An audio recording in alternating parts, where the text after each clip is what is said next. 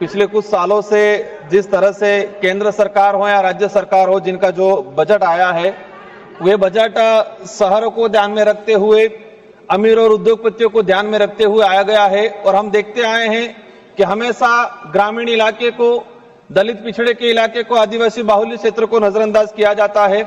जिस तरह से देश में जीएसटी आम गरीब से लगा के अमीर तक जो जीएसटी लगा रखी है, हर वस्तु पे, खाने से लगा के कपड़े पहनने तक या शिक्षा की हो, स्वास्थ्य की हो, जो जीएसटी लगा रखी है, हम चाहते हैं कि इस देश का जो गरीब पिछड़ा आदिवासी समुदाय जीएसटी दे रहा है, तो इस पैसे से हम उस परिवार के बच्चों को शिक्षा, अच्छी शिक्षा क्वालिटी मिले, ये क्यों नहीं कर रहे हैं?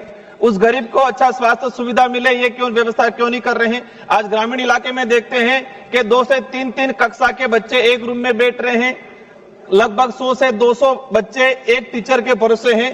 तो ये जो पैसा हमारा ग्रामीण क्षेत्र को ध्यान में रखते हुए विशेषकर बजट में प्रावधान होना चाहिए। आज देश के अंदर जो स्वास्थ्य सुविधाओं की बात करें, विशेषकर ट्राइबल इलाके में, मेरे संसदीय क्षेत्र बांसवाड़ा डूंगरपुर का डाटा रहा है कि पिछले 5 सालों के अंदर, मैं आपके माध्यम से मंत्री जी का ध्यान आकर्षण कराना चाहूंगा, हमारे एक मंत्री जी राजस्थान से भी आते हैं। पिछले 5 सालों में 4000 के करीब गर्भवती महिलाओं के गर्भ में ही उनके बच्चों का मृत्यु हो गया है मेरे संसदीय क्षेत्र में। 5 सालों के अंदर 4000 के करीब।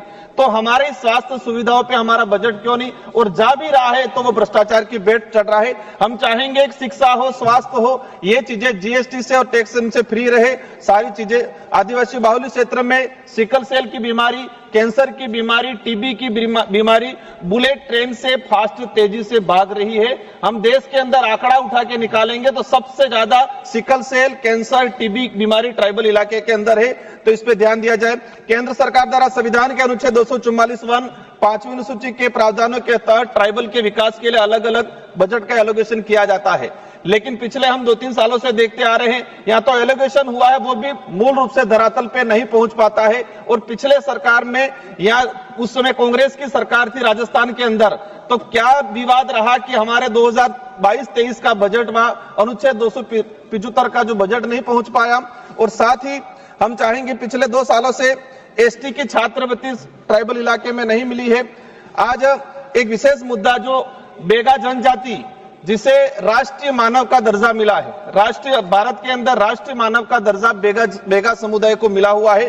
और बेगा समुदाय के लिए केंद्र सरकार की एक विशेष योजना संचालित हो रही थी, लेकिन पिछले समय से देखा है कि इस योजना में बजट को में कोई प्रावधान नहीं किया गया है और उल्टा बेगा समुदाय के साथ अत्याचार बहुत तेजी से बढ़ रहा है। एक घटना का अवगत कराना चाहूंगा। 9 मार्च 2025 को मध्य प्रदेश के मंडला जिले में हिरण सिंह परते नामक व्यक्ति को गोली मारकर हत्या कर दी गई। हम चाहेंगे उसकी सीबीआई जांच हो और साथ ही बेगा समुदाय के लिए विशेष पैकेज लाया जाए।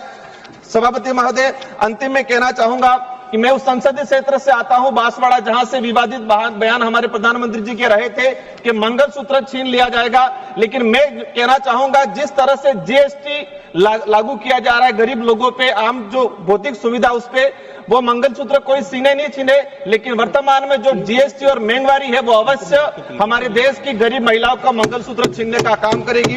अंत में यही चाहूंगा कि हम देश के आम जनता के लिए भोजन सामग्री, शिक्षा और स्वास्थ्य सुविधा पे बिल्कुल जीएसटी नहीं लगाए।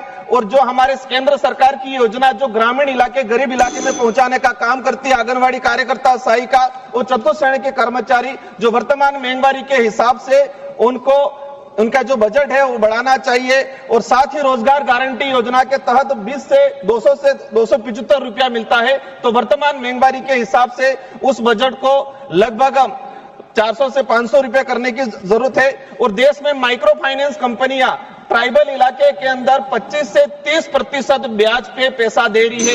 वही पैसा हमारी बैंकों ने माइक्रो फाइनेंस कंपनी को दे रखा है। और जो लगता है कि माइक्रो फाइनेंस कंपनियों को फ्री छूट दे रखी है ग्रामीण इलाकों में लूटमारी करने के लिए। इसी के साथ में कहना, 3 माननीय सदस्यों की सूची और है। यदि सभा की सहमति हो तो 15 मिनट के लिए सदन का समय बढ़ाया जाए। 15 मिनट, ठीक, 15 मिनट बस।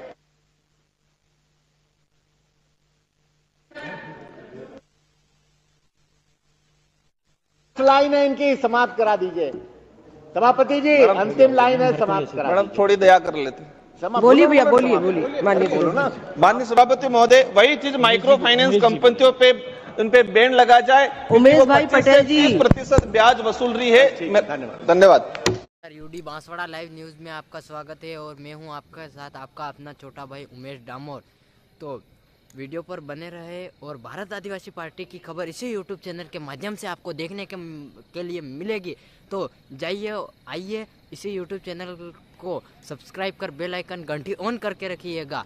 भारत आदिवासी पार्टी की न्यूज़, राजकुमार रोध की और पूरे बिल प्रदेश की न्यूज इसी यूट्यूब चैनल के माध्यम से आपको सबसे पहले देखने को मिलेगी यूडी बांसवाड़ा लाइव में। तो धन्यवाद, मिलता हूँ अगले वीडियो में, तब तक के लिए जय जोहार।